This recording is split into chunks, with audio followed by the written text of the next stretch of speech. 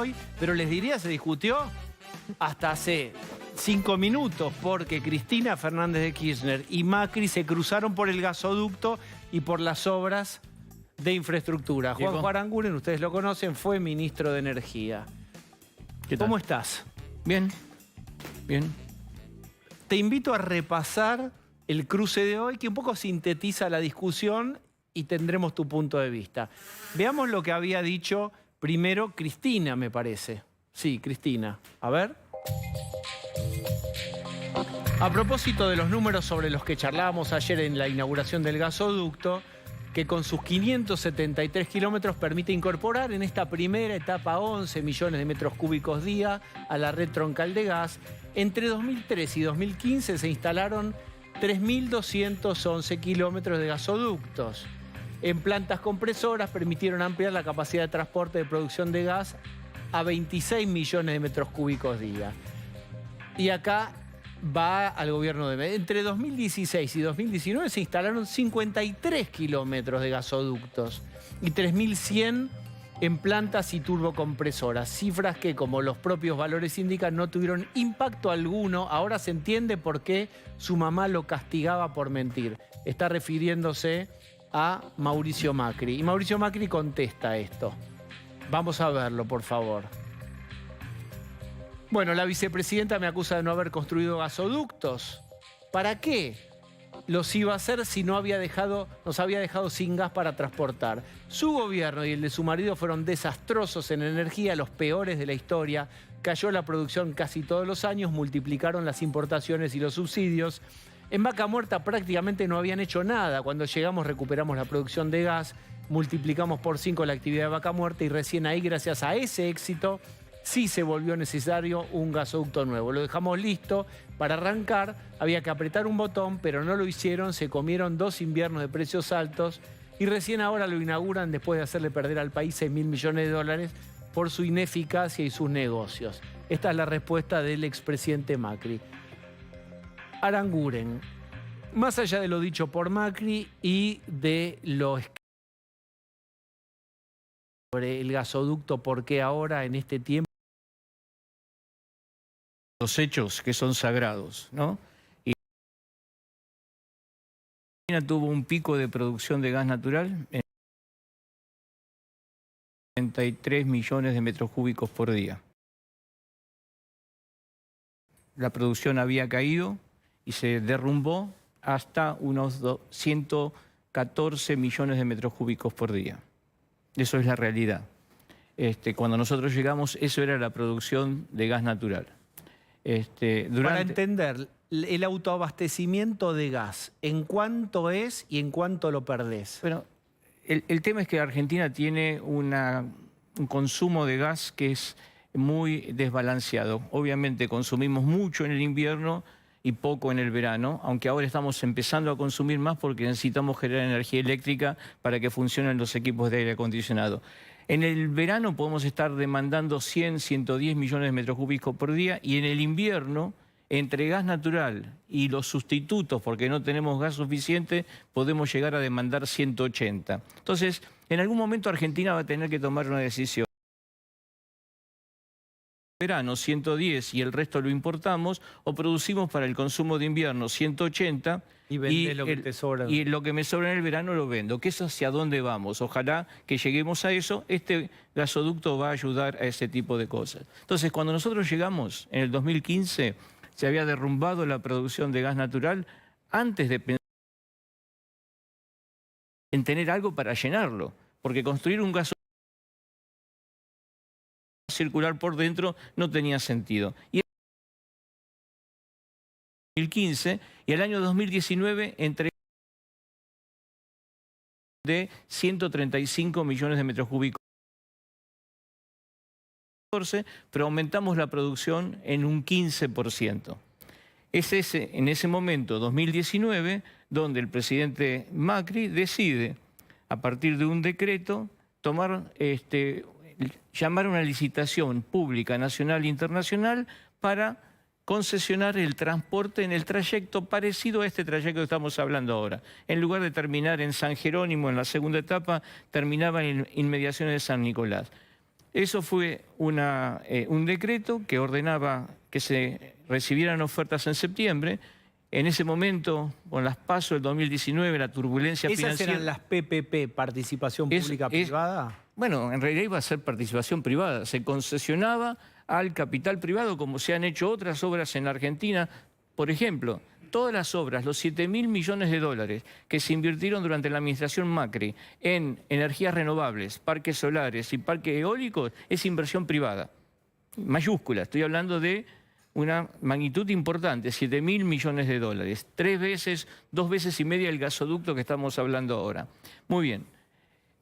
Vinieron las PASO. Ese pedido de ofertas se prorrogó 2 veces porque había inestabilidad financiera y con el nuevo gobierno se prorrogó nuevamente, pero no hasta marzo como lo había prorrogado Macri, sino hasta diciembre del 2020. Cosa que... Déjame retroceder un poquito. Por favor. ¿En qué punto estaban esas licitaciones cuando llegan las PASO y ahí se produce...? Estaba armado todo el aspecto técnico de lo que era la traza, de lo que se tenía que estar licitando. ¿Y tenían oferentes en ese momento? Habían comprado los pliegos las empresas que estaban interesadas en construir el gasoducto y luego operarlo. Vienen las PASO con ese resultado adverso para el gobierno. Se prorroga el pedido de ofertas 2 veces, la última hasta marzo del 2020, después viene la nueva administración, saca otra prórroga hasta el 30 de diciembre del 2020 y el día 29 de diciembre del 2020 el segundo secretario de Energía de esta administración, Darío Martínez, deroga el llamado a licitación de Macri. Dijimos, bueno, está bien, lo derogó. Hubiese empezado en ese momento porque tenía toda la información disponible para, si quería, transformarlo en obra pública en vez de una inversión en energía, que es una inversión de riesgo, dejársela al capital privado, lo quería hacer en obra pública. ¿Es de riesgo dejárselo al privado?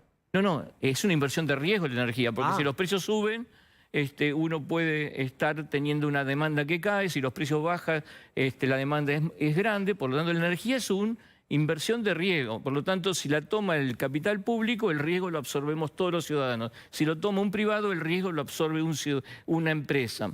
Entonces, no hizo absolutamente nada y recién en febrero del 2022, 1 año y 2 meses y 3 meses atrás, por un decreto se le otorgó a Enarsa la concesión y la orden de construir este gasoducto. Es decir, se demoraron 26 meses desde el momento en que asumió el gobierno para tomar una decisión de hacer este gasoducto por obra pública. Se demoró, hecho está. Perdimos la posibilidad de tenerlo en el momento de precios más altos históricos del gas natural, que fue el año pasado, consecuencia de la invasión de Rusia en Ucrania.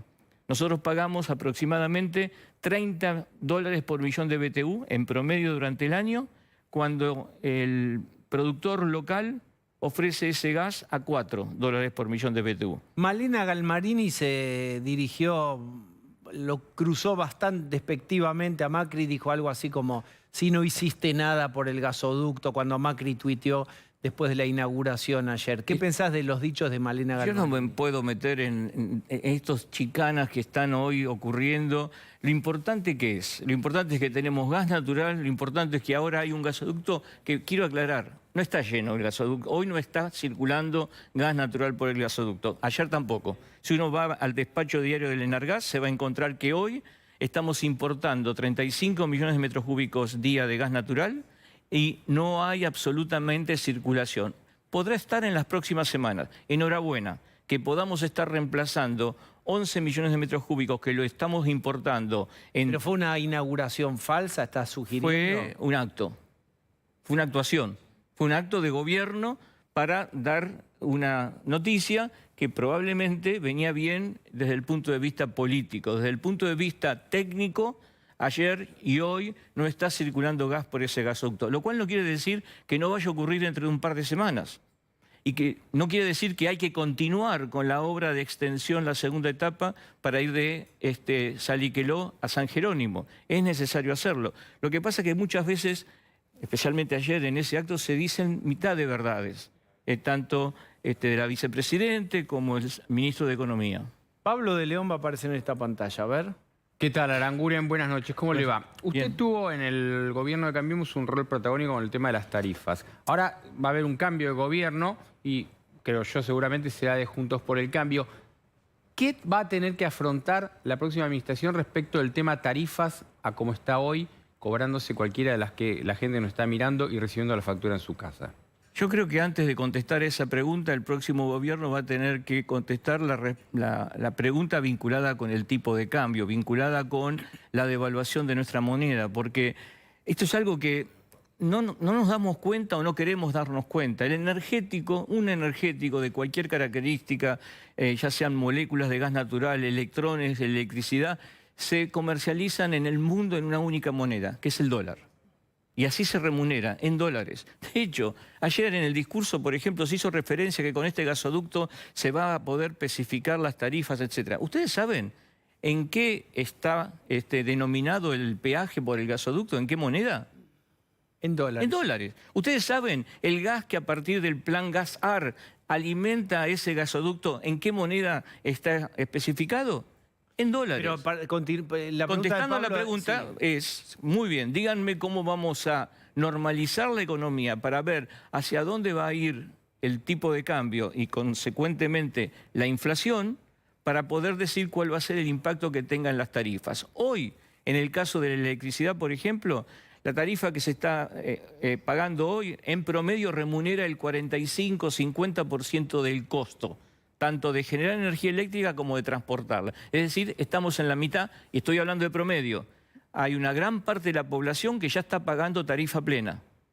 ¿Por qué? Por ¿Ustedes pueden aumentar al doble la factura? En el caso de aquellos, en promedio podría ocurrir si uno quiere recuperar en 100%. la tarifa, en la factura el total.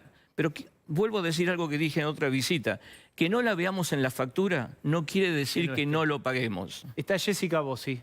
Sí, ¿qué tal? Buenas noches, Aranguren. Buenas noches. Ayer en los discursos se consideró clave la estatización de YPF para luego dar pie al desarrollo de Vaca Muerta y, bueno, finalmente a lo que es el gasoducto. Mi pregunta es, ¿usted cree que esto fue importante? Y por otro lado, de acceder al gobierno Juntos por el Cambio, ¿debería seguir estando en manos del Estado YPF? Contesto la segunda parte. YPF se puede manejar muy bien como se está manejando hoy, como empresa mixta, donde el Estado nacional y provincial tienen el 51% de la compañía. No creo que sea necesario ni conveniente en este momento cambiar la estructura jurídica de la compañía, societaria de la compañía. Ahora, quiero también aclarar algo porque ayer se dijo que uno de los motivos, lo dijo la vicepresidente, por los cuales se había expropiado YPF, o el 51%, es porque el accionista mayoritario en ese momento, una multinacional, había remitido dividendos al exterior una cantidad relevante, importante. Habló del 42%. Yo quiero recordarles que en el año 2008, febrero del 2008, entró en YPF por una decisión de la administración un experto en mercados regulados que compró con préstamos de bancos y préstamos del vendedor, 14,9% de la compañía. Luego compró otro 10% más. Muy bien, como parte de la compra, Los Eskenazi. se tomó el compromiso, la compañía, ese compromiso bendecido por el Estado Nacional, de que durante 10 años se podían remitir dividendos del orden del 90% de la ganancia de la compañía. Les voy a dar dos números. Entre 2008 y 2011, porque en el 2012 se nacionaliza la compañía, se saca a la compañía Repsol, la compañía YPF tuvo una utilidad neta de 4.900 millones de dólares. ¿Ustedes saben cuánto se remitió de dividendos, se pagó a los accionistas como dividendos? ¿Cuánto? 6.900 millones de dólares. El 140% de la ganancia neta de la compañía. ¿Saben cuánto en esos 4 años cayó la producción de petróleo? 22% de YPF. De 240.000 barriles a 190.000. ¿Y la de gas? Cayó de 41 millones de metros cúbicos Eso con por los día. socios nuevos, con los que habían entrado. Eso con los socios a los cuales se les había permitido. Es decir, cuando la Retiraron más e invirtieron cuando la menos. vicepresidente dice que se nacionalizó porque habían tomado esta decisión, esa decisión fue prohijada por el mismo gobierno que permitió que entraran los accionistas nacionales privados en la compañía. Aranguren, muchísimas gracias por haber venido. Buenas noches. Vamos a hacer una tanda, por favor.